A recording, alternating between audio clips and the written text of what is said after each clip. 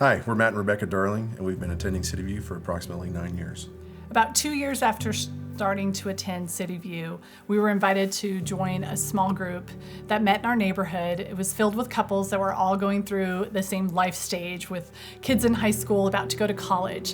And it was great to have a group of people that we could commiserate of what we were experiencing together, and we could enjoy each other's company. And we were that way for a while. It was a fun experience, but then our life group experienced a difficult circumstance that completely changed our community with one another. Our prayers took on a different meaning. They were so much more intense and purposeful, and we just really felt very connected after that circumstance.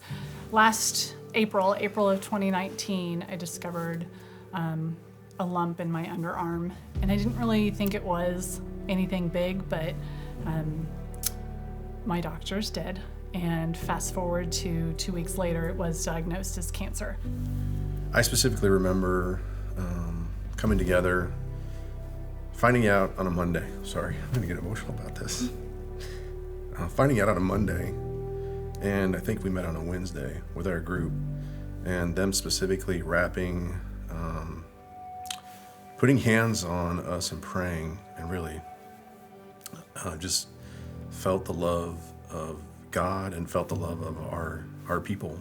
I had a team, not a team, but a group of ladies that were praying for me, that were offering me support when I wasn't thinking about that. I was thinking about selfishly what our family was facing.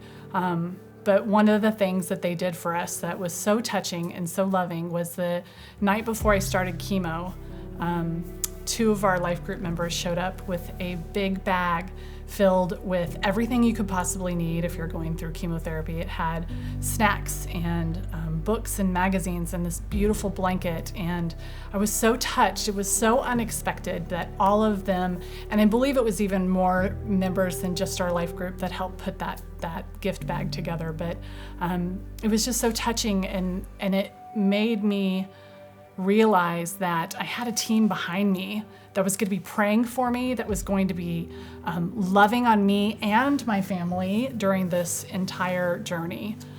I think the support was, man, it's hard to put into words, because I think we have a tendency, I do specifically, to kind of rely on myself. And you had to reach out, not just to God, but I could say to the guys in the group or to the group, like, hey, Rebecca's going in for chemo, and just prayers. As the treatments progressed, by treatment 3, treatment 4 was really, really, really rough, and they had taken their toll on her, and it put you on your knees a little bit, and it was just nice to reach out to those and say, like, hey, we could really use your prayers, and you could feel that support. As I sit back and reflect on what my life group has meant to us walking through cancer, I cannot imagine having gone through these past 9 months of chemotherapy treatments, mastectomy and reconstruction surgery, back surgery, radiation, more treatments. I could not imagine going through this without the support of a life group praying for us and being there for us. So what I love about our group is that even though circumstances have changed in our lives, our kids have grown up, many of them have gone off to college, some of us still have young ones at home, but that we are made to go through this together. It's supposed to be a community. God doesn't want us to do this by ourselves. And He brought us together for a reason. And ultimately what He did was prepare us through one circumstance to the circumstances that were coming in 2019 that we had no idea about, and to bring us together. We're stronger together than we are separate. I'm Matt. And I'm Rebecca. And we found our people.